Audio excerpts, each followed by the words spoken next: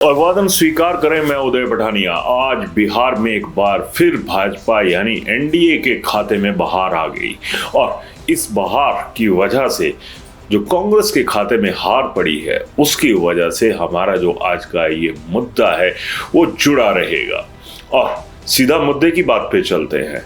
आज आपको हम 3 घंटियां सुनाएंगे, उसके बाद खबर का रुख करेंगे। सबसे पहले वो घंटी सुनिए जो अक्सर उन ऑफिस में बजती है जिन ऑफिस के अंदर अफसर बैठे होते हैं, नेता बैठे होते हैं।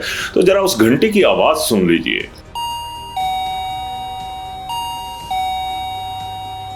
बिल्कुल इसी घंटी के बाद जो तमाम दरबारी हैं या जो उनका अपना पर्सनल स्टाफ है, ऑफिशियल स्टाफ है, वो एकदम से हिमाचल कांग्रेस के नेताओं के पास हाजिर हो जाता है। अब दूसरा वो सायरन सुनिए जो कि बिहार से गूंज रहा है और उसकी जो आवाज है वो हिमाचल तक पहुंच रही है और शायद ये आवाज हिमाचल कांग्रेस के कानों में नहीं आ रही है। तो ये आवाज सुनिए।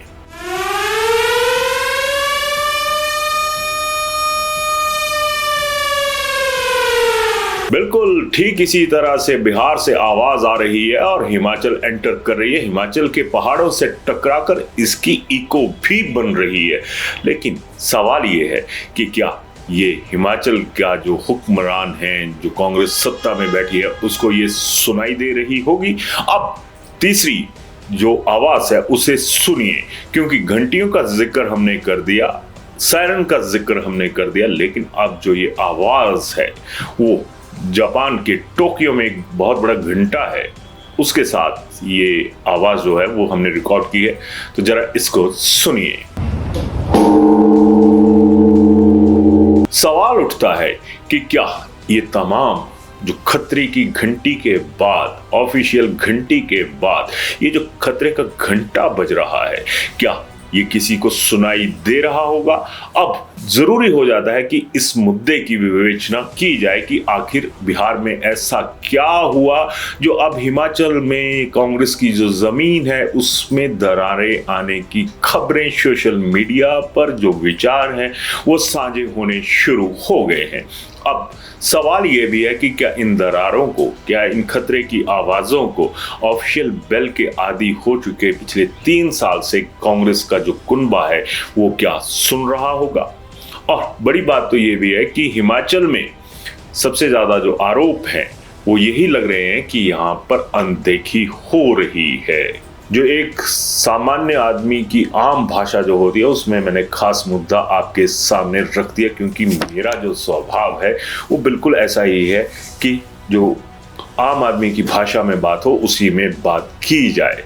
अब जो विवेचना होनी है इसकी, जो इसके ऊपर त्वरित टिप्पणी आएगी, उसके लिए मैं आमंत्रित करूंगा हमारे सहयोगी एवं वरिष्ठ पत्रकार पंकज पंडित को। वो आपको इलेबोरेट करवाएंगे। लेकिन चलते चलते मेरा आपसे अनुरोध रहेगा कि अपनी राय जरूर दीजिएगा, लेकिन बिल्कुल सारगर्भित शब्दों में, उन शब्दों में जिनमें वजन हो, जिनका कोई वजूद हो समस्याओं का, उस पर आधारित अपनी राय दीजिएगा।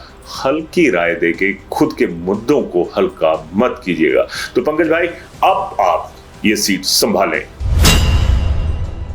धन्यवाद उदय भाई। आपने जो बात कही है कि आप मुद्दे को संभालिए, मुद्दा तो संभल जाएगा, लेकिन संभलने की जरूरत प्रदेश की सुखविंदर सिंह सुक्खू की सरकार को है।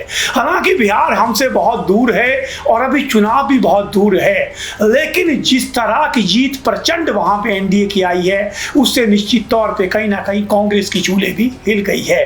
विशेषकर वोट चोरी के मामले को कांग्रेस ने सबसे बड़ा मुद्दा बनाया था और यहां तक कि वोट चोरी की यात्रा की शुरुआत भी राहुल गांधी ने बिहार से की थी और उसी बिहार से जो खतरे का सायरन जो जोरदार बजा है उससे सुखविंदर सिंह सुक्खू की सरकार को भी अब जाग जाना होगा। हालांकि भाजपा में अति उत्साह है। जो भाजपा को एक संजीवनी की जरूरत थी वो जरूर बिहार की जीत ने दी है और आने वाली राहें सुखविंदर सिंह सुक्खू की सरकार के लिए आसान नहीं है।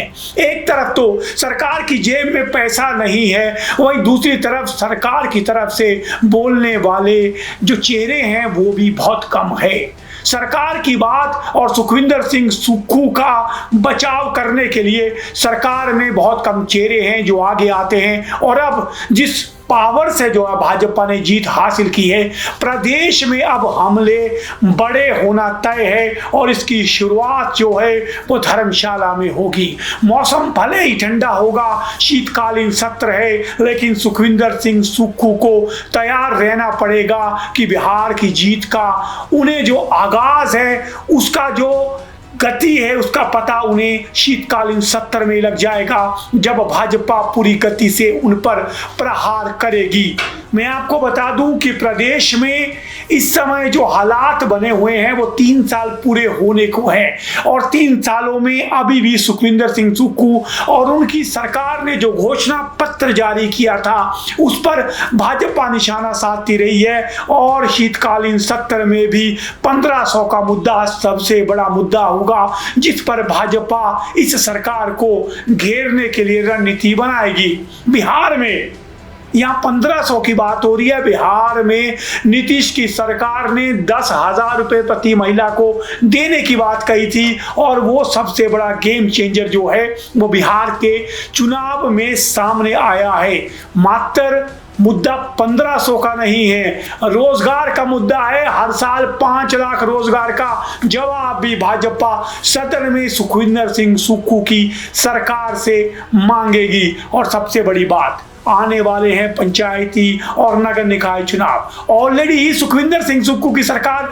बैकफुट पे है क्योंकि तय समय पे चुनाव करवाने के मामले में अभी भी सरकार और चुनाव आयोग आमने सामने है। सरकार चाहती है कि हम पुनर्गठन पंचायतों का करवाएंगे, उसके बाद चुनाव करेंगे। वही भाजपा हमलवार है कि आप लोकतंत्र की हत्या कर रहे हैं और सरकार चुनावों से भाग रही है। अब देखते हैं कब पंचायती राज चुनावों में उतरेगी और उसके बाद राज्यसभा चुनाव जो है, ये जो घंटा उदय जी ने सुनाया है वो सबसे बड़ा चुनौती का घंटा है, राज्यसभा चुनाव। क्योंकि इंदु गोस्वामी का अगले साल कार्यकाल खत्म हो रहा है और हर्ष महाजन के धोखे के बाद क्या कांग्रेस अपने को मजबूती से समेटेगी? जो पार्टी अभी अध्यक्ष चुनने में व्यस्त है, यहां तक कि अब जिला अध्यक्ष की कमान भी जहां हाईकमान ने अपने हाथों में ले ली है और अब यहाँ पे अध्यक्ष या पार्टी का संगठन जो है जिला अध्यक्ष नहीं चुनेगा, बल्कि हाईकमान के ऑब्जर्वर तय करेंगे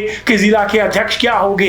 पहली बार होगा कि जिसके हाथ में कमान होगी उसकी नीचे की टीम नहीं होगी, यानी पूरा का पूरा पार्टी से लेकर सरकार का कंट्रोल अब हाई कमान के हाथ में होगा। कांग्रेस प्रदेश में बड़े प्रयोग कर रही है, लेकिन भाजपा एक ही सफल प्रयोग यानी नरेंद्र मोदी के नाम पर लगातार कामयाबी हासिल करती जा रही है। ऐसे में कांग्रेस का एकमात्र सबसे बड़ा किला जो हिमाचल प्रदेश है, क्या वो बच पाएगा? और क्या आने वाले 2 साल में सुखविंदर सिंह सुक्खू जो अब तक सर्वाइवल थे, क्या वो अपनी सरकार के रिवाइवल के लिए कोई नया प्लान लेकर आएंगे? तो देखते हैं इसका जवाब आने वाले समय में मिलेगा। क्या सुखविंदर सिंह सुक्खू आने वाले समय चुनाव के लिए तैयार हैं? तो अब क्लोजिंग के लिए मैं बुलाना चाहूंगा उदय जी, आप इस मुद्दे पे क्या कहेंगे, अपनी राय रखें उदय जी। तो सारगर्भित चर्चा आपने पंकज भाई के मुंह से सुन ली। अब मैं आता हूं फिर उसी फैक्ट के ऊपर जिसके ऊपर सरकार की जो पॉलिटिकल फिगर है, जो एडमिनिस्ट्रेटिव फिगर है, वो डिपेंड करती है। दरअसल संगठन के जो एक कहे ना जो सत्ता का विकेंद्रीकरण है वो हाईकमांड ने कर दिया 12 के 12 जिलों में।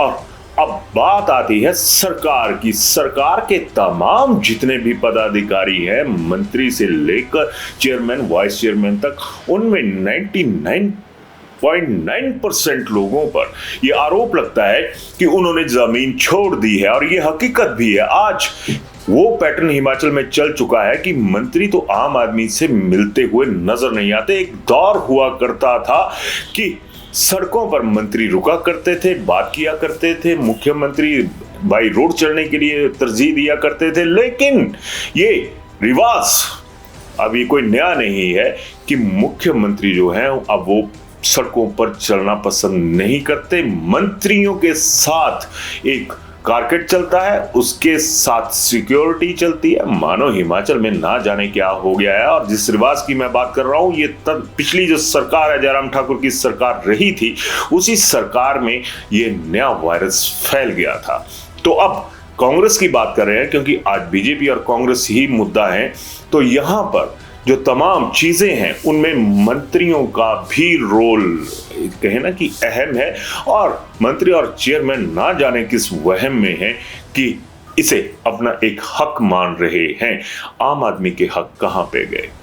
इसलिए अभी भी वक्त है सरकार के पास कि जिस तरह का सायरन, जिस तरह का घंटा, जिस तरह की एक ऑफिशियल बेल जो हमने आपको पहले सुनाई, उसके साथ साथ उन तमाम घंटियों का भी बारीकी से निरीक्षण करें, उन्हें बारीकी से सुने कि आखिर ये आवाजें गूंजने शुरू हुई तो क्यों हुई। अपनी राय जरूर दीजिएगा। धन्यवाद। शिमला होटल, घर के बाहर घर जैसा अपनापन। अपने वेकेशंस को सुनहरी यादों में पिरोएं शिमला होटल के साथ। राजसी वैभव और राजस्थानी आव भगत जो देगी आपको एक रॉयल फील। हिमाचल वासियों के लिए जयपुर में ठहरने का अपना hotel Shimla hotel. Heritage above 1, हवा महल रोड, चांदी की टकसाल, जयपुर।